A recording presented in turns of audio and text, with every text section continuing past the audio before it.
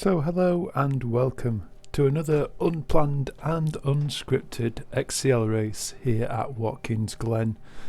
Now you come into the session just at the end of qualifying. I didn't want to waste your time looking through 15 minutes or 10 minutes or something like that of first practice. So we're just quickly firing through the setup that I'm going to be using here in the Honda NSX, the 2019 version. Obviously you can see we're in version 1.8 10.5, but yeah, just quickly looking over everything setup wise. I'll not go into too much detail, but didn't particularly have the best qualifying session. I think I just managed to scrape into the 144s. A couple of very well respected drivers in the lobby tonight, and as much as it was an unplanned race, it turned out to be two of the best races I've had online since being doing these sort of XCL server races on the channel. Two great drivers up front then that I do respect quite heavily, Zidane and GD Partick. Not particularly done any racing with it. I assume it's French John there, and unfortunately he loses connection I think on lap 2 of this race, maybe even lap 1, which was a little bit disappointing because he had really good pace as well. But a number of other good drivers in the lobby, a number of drivers that I seem to be coming across quite regularly. MCR 420, he seems quite prevalent in the BMW. But yeah, let's get rid of the music, turn up the engines, and let's enjoy this race. Obviously, getting underway, we've got the warm-up lap and the obligatory. Where I choose to warm the tyres is just moving the brake balance very much rearward.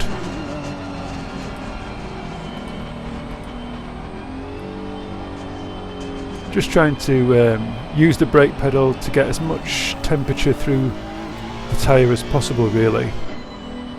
I don't really like weaving around on the circuit too much.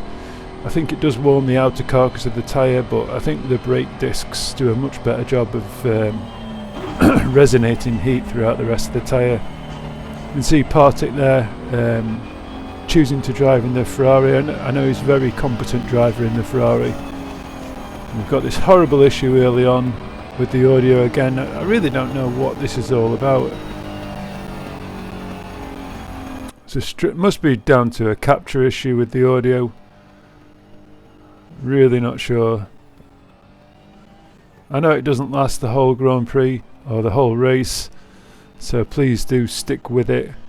I will be jumping around throughout the session as well from other highlights of the race happening in other areas of the grid. But just watching Aris the other evening talking about 1.9, where the game's going to be progressing with its tyre model. Obviously we've got other YouTubers that are going to be putting out content over the next week.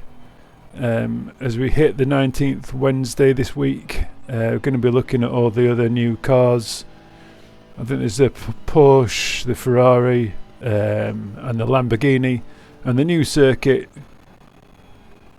I forget John Ricciardo or something like that.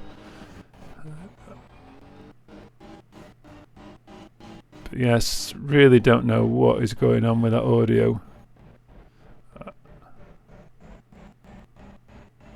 Almost unwatchable, but please do stick with it. It doesn't last until the race actually starts. Or it isn't an issue once the race has started. So fingers crossed you manage to stick with it.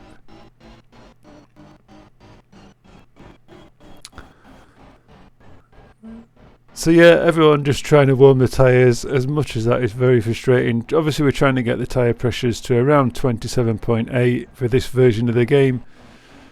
Version 1.9, looking at Aris's video the other night, we're going to be looking at tyre pressures around 26 to 27, even lower, 25 psi.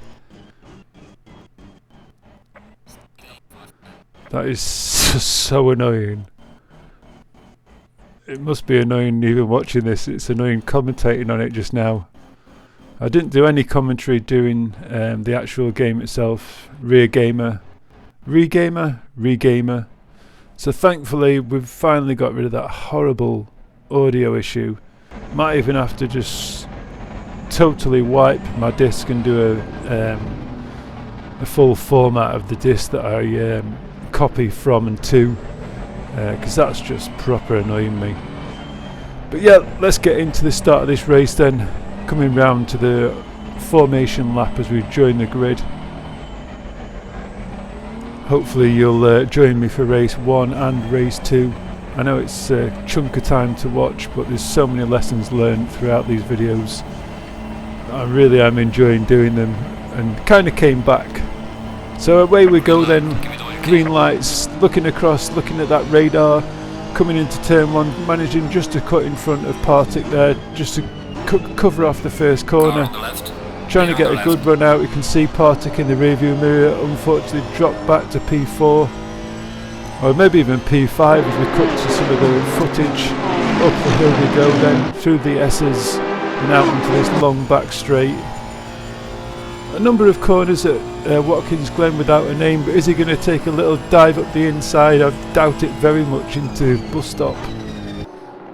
Coming through the bus stop then, I'm sure I'm able to carry so much more speed here than Zidane, but very hard to make a pass through the S's.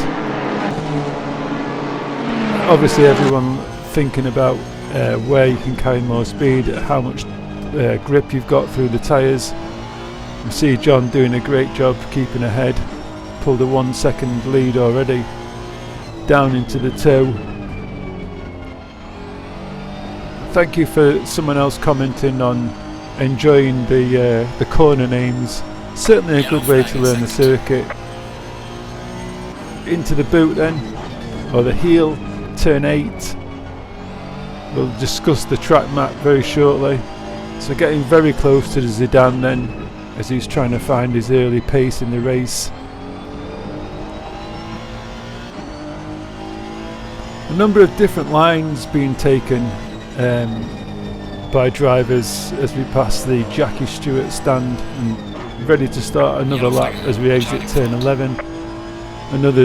One driver at least, car 46, in the pits already, having had a early incident, I'm guessing on lap 1, down to the 90. I think it was Midnight Sky in the pits in the Audi. So up through the S's again, managing to get a lovely toe off Zidane. Really is probably one of the more common overtaking spots on the circuit. Is he going to make it up the inside? There's so many lines into the bus stop. Oh, and he just manages to touch the brake. Zidane's carrying a lot more speed into the S's. I was kind of hoping he'd probably run wide and overshoot the corner as we come down through the loop. Like I was saying, definitely one of the areas where Zidane, just pointing out there, the boot, an area of the circuit that looks very much boot-like, which is, I guess, where it gets all its names. A lot of the corners on the circuit not having a name at all. But as I was just mentioning, as you come down through the loop, that horrible audio again, an issue just for one more lap, unfortunately. But yeah, Zidane takes a very different line down through the loop. I think he sticks in 4th gear, something that we'll look at in more depth as we come into the next race, where we jump on board with Zidane and Partick throughout a huge portion of the race, to be honest. Like I said, I'll try and remedy these audio issues in the next video. Do a full format of my disc. It's a solid state drive that I generally use for capturing, but not to annoy you too much, we'll jump on board with some other cars during this session and get rid of this audio issue. So as we see Cleavesy then, the Audi trying to make a move on the Aston Martin. Number of cars trying to make a move. I'm not sure whether Cleavesy's actually carrying a little bit of damage there. He seems a little bit slow as we come down through the start-finish straight. A number of cars trying to make a move, especially a number 12 car. It is a number 12 car, just makes a dive down the inside, carrying much more speed as we come up through the S's. So a lot of cars moving around. BMW takes a little switch to the outside, Ibro 68, managing just to cut in front there, Pricey. A very nice move into the bus stop. Probably something I was looking to emulate earlier in the lap with Zidane, but I don't think Zidane was going to be as an easy target. So we're just going to carry this audio issue till we reach the start-finish line. But looking up at the Delta then, starting to head into that 144 lap range as we come round to lap 2. And a number of times, especially throughout race 2, I think, when I'm following a little bit more in 3rd place, certainly getting a lovely toe off Partick in the next race, managing to get close to a 144.2. But definitely a lot for myself taken away from this session, where I can carry a little bit more speed, having come on board with 2 of the other drivers. So always interesting to record some of these videos. Taking turn 1 terribly there, just hitting the inside curb way too aggressively. Really just destroy the acceleration as we come up the hill, dropping maybe 2/10 behind Zidane. But yeah, learning a lot from these videos myself, coming on board with other drivers also, putting good laps in.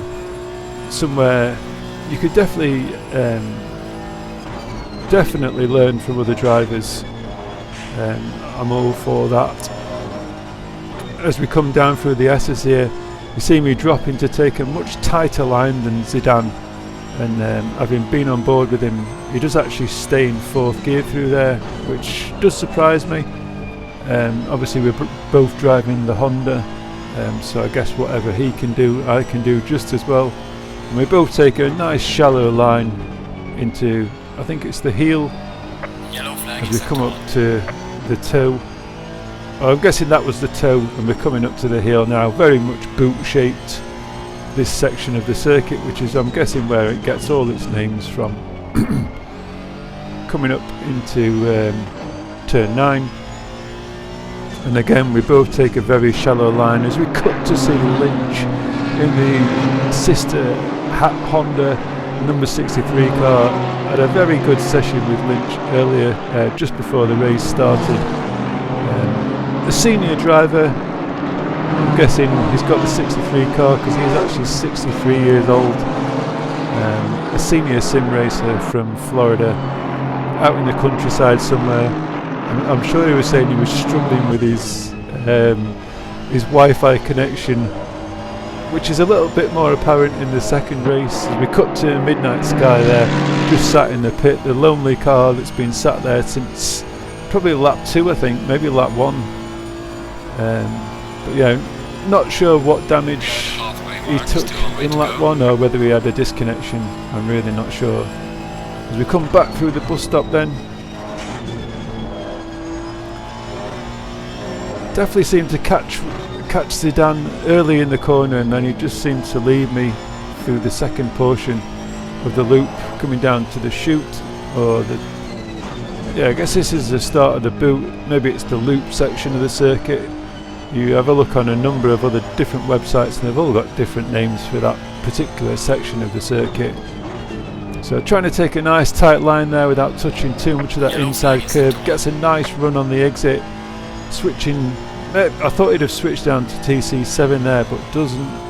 But just trying to be extra sort of a wide figure in his rearview mirror, try and make him think I'm going to go up the inside or make a mistake, just trying to force a mistake from Zidane. Very hard to overtake a consistent driver without forcing errors. I remember Zidane from my very first race at, I think it was at Donington Park, as we joined Rear Gamer, trying to make a move on Glam Bressie. So a lovely sweep down the turn 11, gets a really nice launch off the corner, down the start finish straight, tries to cover the inside line then, but the BMW taking a very wide line, whether he actually gains an advantage from carrying so much extra speed through there, but he's certainly carrying it up through the S's. We come out into the long back finish straight, or the long straight before the bus stop, and he's got a brilliant launch as we come off there. Coming into the bus stop chicane, then he's managed to carry all that speed and regain the position. Be interesting to see if he actually finishes ahead of rear gainer. Back on board then with the two drivers up front, or should I say 3 drivers up front. Partix not that far behind, 2.5 seconds. Tyres very much in a good window, I think. Probably the left hand side of the car, very close to 100 degrees. Tyre temperature, maybe a better sort of temperature across the other tyre. It's really nice when you've got a car where you can actually change the in-dash display to see some of these tyre temperatures. Again, passing Jackie Stewart's grandstand just on the right hand side there. A number of grandstands around the circuit, all with different names, but unfortunately I don't know them all. It's certainly a track I'd love to visit, upstate New York. So braking at a number 2, 200 yard board. Downshifting into turn 1 can sometimes be not a guarantee for some reason. I would prefer to have two shifts quite quickly and then a final shift, but sometimes it just doesn't seem to work that way, whether the car's limiting you shifting. At this stage in the race I was a little bit concerned that I wouldn't actually have enough fuel to finish the race. You never seem to take into consideration starting these laps that you've got a formation lap at the start of the race, so always worthwhile putting in a little bit of extra fuel, sometimes shifting the engine map to the higher engine map as you do the formation lap, just to try to reserve some of that fuel. See, we're getting into a 1:44.7 lap. Very much keeping Zidane honest, I think, throughout this whole race.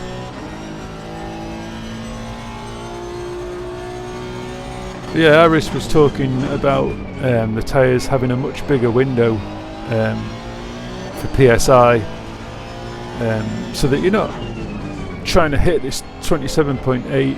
You can actually run with different tyre pressures. They will give the car a little bit more characteristics, I guess, with differing pressures. If you're trying to reduce a bit of understeer, maybe lowering the front tyre pressures to induce a little bit more grip, and so on through the rest of the setup.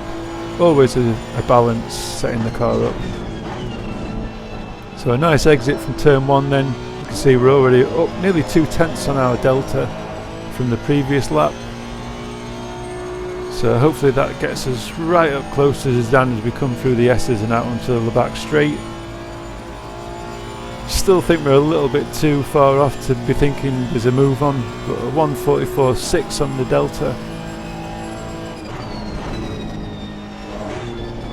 Carrying good speed through the bus stop then. And just catching Zidane there as he runs a little bit wide. He's out onto the marbles. Down into the loop and again running wide. Is this an opportunity to get on the inside? He's going to go on the outside. Is he going to go around the outside? Round the toe. Just no grip on the outside there at all. Up the hill then. He's lost all that momentum going around the outside there. Down into the boot.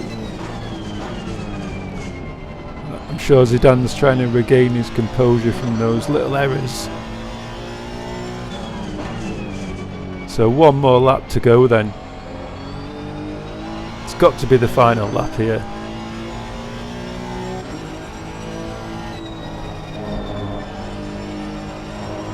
So cutting back to some more action, number 68 car Cleavesy. Obviously looks like he's carrying a little bit of damage on the front end there. A number of cars look like they're carrying damage. The two BMWs maybe had a little bit of it coming together. but Cleavesy pulling off to the right then just to let the other cars pass, and off to the left again. He's obviously carrying some damage. I'm not sure why he's not chosen to come in the pit there. Obviously just wants to finish the race in as high a position as he can do. So Partick then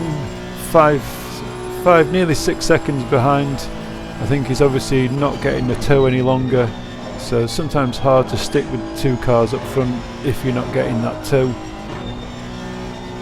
And again Zidane's a little bit out of shape,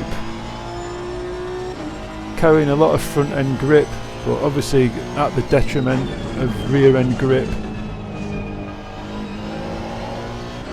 A very tough circuit to set the car up. You're always looking for that front end grip, reducing that understeer as Jay gets very close to Zidane. Yellow flag in sector 1. He's very close here up the hill, dropped it to TC7, back to TC8, large in the rear view mirror or the side mirrors as we come into the boot or the heel. I forget where we are now. Just a few corners left then. Really not wanting to mess up the race. Been such a good race, such a close battle. A 1/10 of a second maybe separating the 2 drivers at the front. Yellow flag ahead, watch out in front. A fantastic race as they cross the line 1 and 2. The leader has finished the race.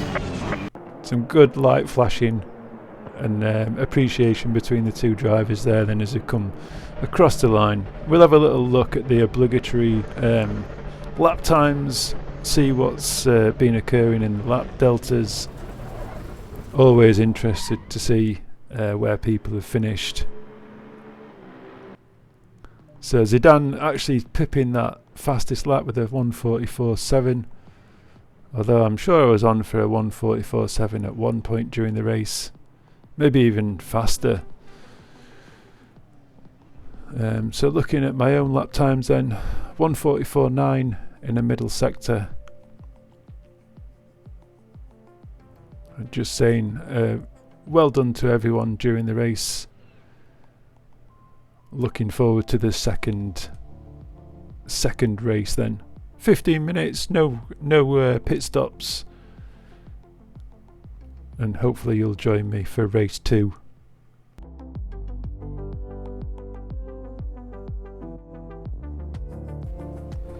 So hello and welcome back to race 2.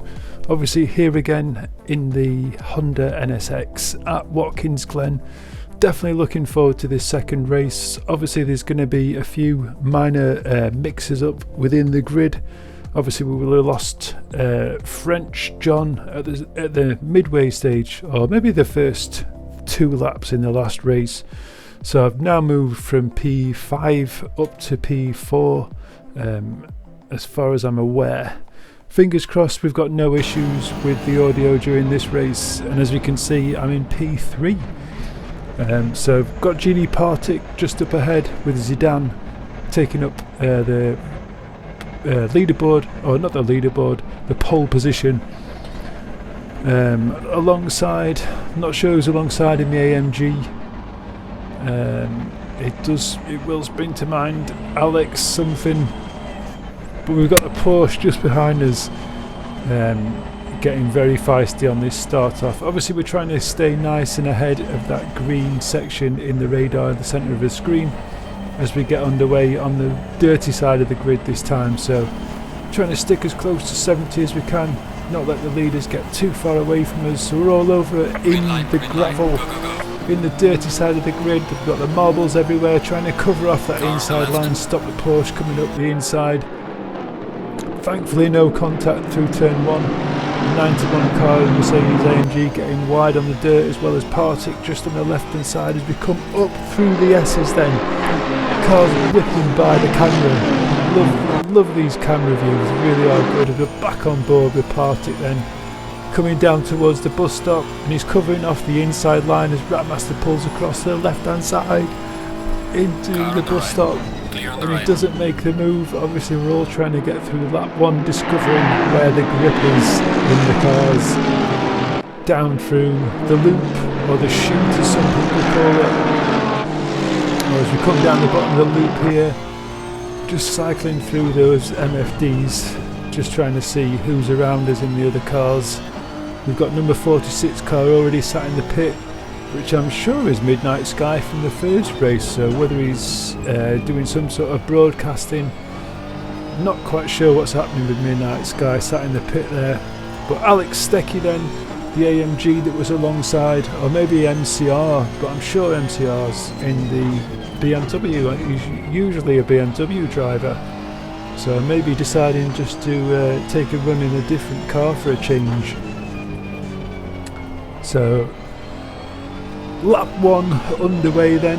I think there's about 10 laps throughout the race in this 15-minute session, 1 minute 40 per lap. Should be around there somewhere, 9-10 laps. So pulling off the corner, dropping to TC7 then. I'm sure Zidane runs traction control 1, which I find very hard to do myself. Very much reliant on the traction control to limit the acceleration as we come onto the dashboard camera, as we come up through the S's then. A real sense of speed as we come through there with a different camera view. None of the HUD display messing up that sense of speed with all the caravans on the right hand side, all parked, the spectators. Definitely a place to stand and watch, probably many coming together through the bus stop. Just getting a little bit out of shape then, Ratmaster, as you come through the S's or the last part of the bus stop. I don't even know where I am. Coming down the chute then, Partick taking a big bump over something in the circuit. Probably a bit of a glitch as we come back on board in the Honda, down into the toe. Partick taking a very strange line as we come through there, but gets a lovely exit using that late apex. I think I tend to take a much tighter line into the corner, tighter line all the way through the corner really, and Partick chooses very much to take a much more of a late apex approach to these last few corners as well. You see him running wide and takes a later apex, as much as he isn't touching the apex on there, probably not this perfect line. But Alex Stecker then still managing to keep hold of that fastest lap at this stage of the race. As we come back along that start finish straight, Ratmaster drop into TC7 again. Across the line goes Zidane to pick up the fastest lap of the race then. Down into turn 1. Always good to pick up that inside curve, but not clipping the sort of the build-up of it. But the little dip as you come through just really does slingshot the car out. So this is the only place really I think you can get a good tow to get up down the inside of the other car through the bus stop then. Nice tight line, running a little bit of curve, and like I was mentioning in the previous race, just dropping down to 3rd gear through there, it is definitely quicker to hold on to 4th gear. As you can see that delta in the 144.5s for a split second there. Just running a little bit wide and needing to lift off the throttle.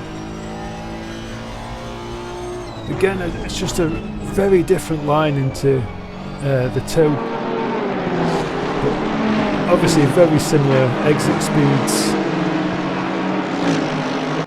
It's sort of the time lost on entry is time gained on exit, and I guess it's just an equilibrium really between entry and exits between the two different styles of driving. Back on board then as we come past the Jackie Stewart Stadium just on the right hand side there. Yeah, whilst I was looking on all the stuff on Wikipedia about the track layout itself, as we come on board, oh no, we're not staying on board with lunch. Coming back on board with Arnie Olafsson as he's trying to make a move around the outside of B. Matthews sitting in Mercedes. Just closing the door, and in there he's had to back out of it. It looks like we've got Matthews going to make another move. He's going to make a move on the Aston Martin into turn 1. He's gone for it. Is he going to close the door? Is he going to push it wide? We pulled out, we're back on board with Ratmaster in the overhead camera shot as they come through the bus stop chicane. A much tighter line I think Ratmaster takes there. As we join the BMWs fighting down the back straight into the bus stop chicane, we've got Massey and Ibro. Ibro's just managed to, well, I should say Massey's just managed to keep him from getting that position. Always a good battle through the bus stop. Back on board with Ratmaster then, using all the circuit on the exit to the toe. And you can see from this overhead camera view the closing and sort of gaining as we're coming through the circuit in varying different attacking positions to the corners. You see Partick gets a really good exit off that turn 9. Takes a very different line into the corner, but the exit really does work for him.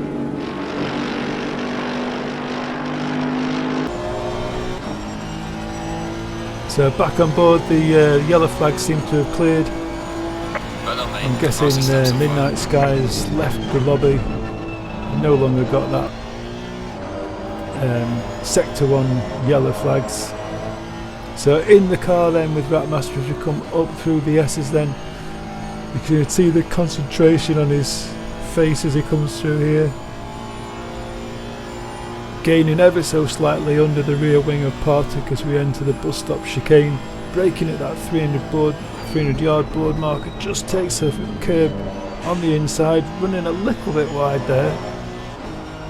As it comes down through the S's, just drops into 3rd gear and then back up into 4th on the exit. As we join Stecker coming through the chicane, we've got the Honda all over the place. I'm sure that's Lynch in the Honda just making that dive through there. And we've got Stecker and Macy battling over, and Stecker's being pushed right to the back here. Everything's gone wrong for him through that series of corners. So back on board then with Ratmaster. And we're back on board with Lynch. I do wonder if it was Lynch in the previous footage. It seems a long way from the last battle.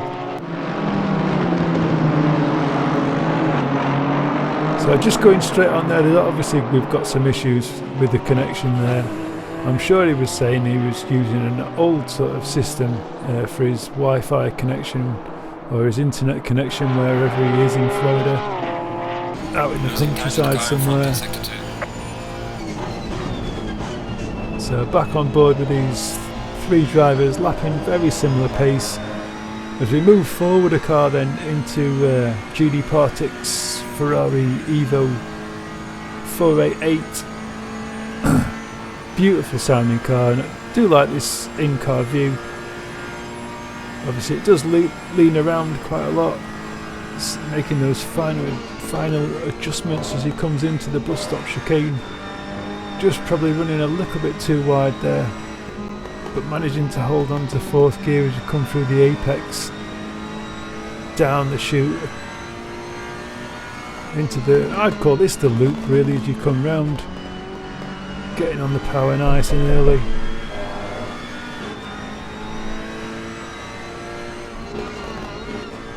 So away we go then. Just quickly answer the door then. You don't get these deliveries mid-races through the commentaries. But back on board then with Partick as we're approaching the boot, the heel. Really get confused, but it's the only area of the circuit I actually remember. That late apex again. Just needs to hook up that inside just a tiny bit more, I think. Just running a little bit wide.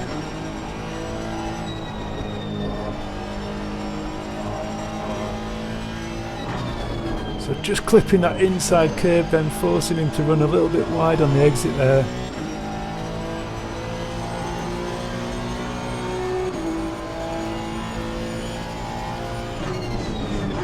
So I definitely prefer 2 shifts.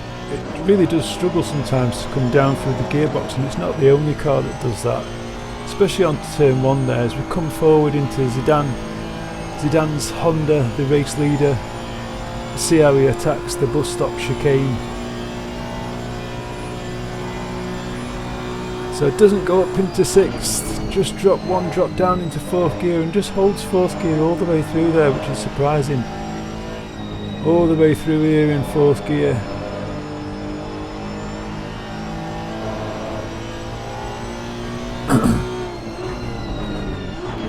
Down into 2nd gear as you come through the loop, down towards the toe. Takes that nice shallow line. Keeps a tight apex early on the power, even though, like I mentioned, you can just look down at the traction control there and he's got it in TC1, TC4 on the ABS.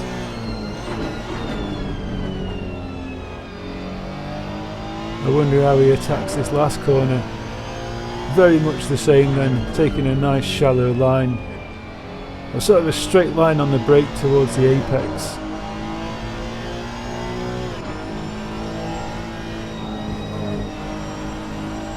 Oh, he takes a little dart left all over the grass there. You can see there's the dirt just lifted up as Ratmaster comes past. Partic's got to be thinking about making a move into turn 1 if he's got a good run off the corner. Still not able to make it alongside him down the start-finish straight, but he's got to be wondering, is there a chance?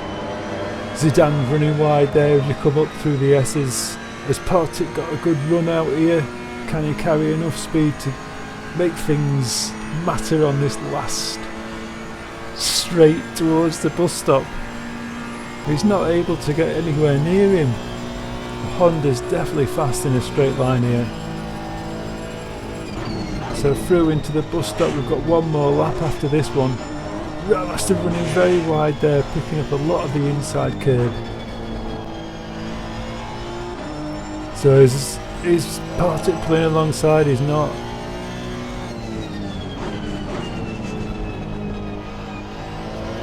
So nice and early on the power.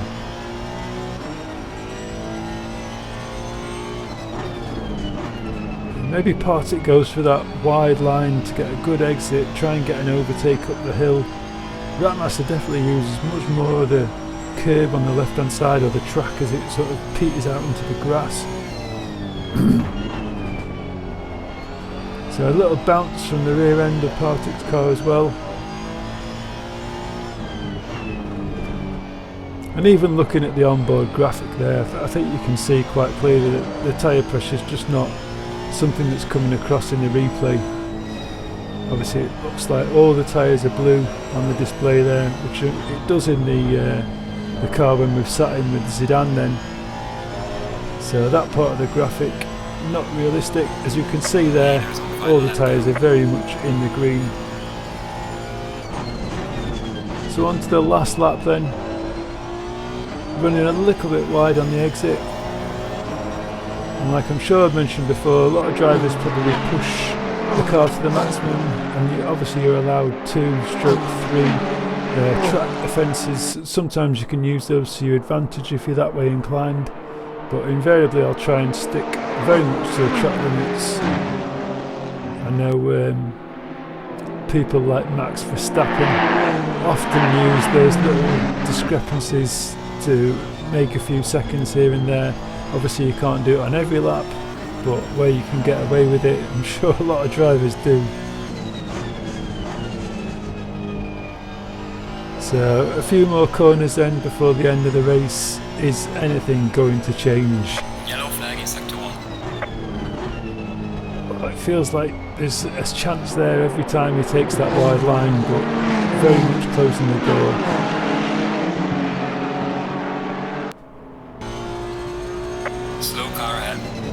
So another car just off there on the left hand side. Hopefully he stays out of the way while the pack come past. Very nicely done there, Chute.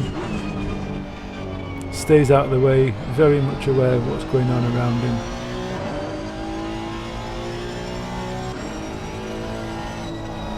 So it's do or die here, and I don't think it's going to be worth I don't think he's got the option really to take the chance there. So across the line for the three protagonists, I guess. P3, we're on the podium. Excellent job. But a great race from everyone. I'm sure everyone enjoyed the afternoon. 4 o'clock Saturday afternoon. A good hour's worth of racing. Practice, qualifying, and 2 15-minute races as Ratmaster disengages the traction control and lights up them rear tyres. A better attempt than his previous one, that's for sure. So, rounding out the end of the day then, let's have a quick look at the timetables. Let's see who picked up the fastest lap. Obviously Zidane there very much early on in the race, a 1:44.5. A number of laps where he's gone slightly adrift, red laps, and back on board with Ratmaster then, a 1:44.6, so very close. Lapping a couple of laps, also running wide. And unfortunately I don't go into GD Partics then. I think I'd have liked to have seen just how Partick was getting on. But thanks for watching, thanks for joining and sitting through the 2 sessions. Until next time, ciao for now.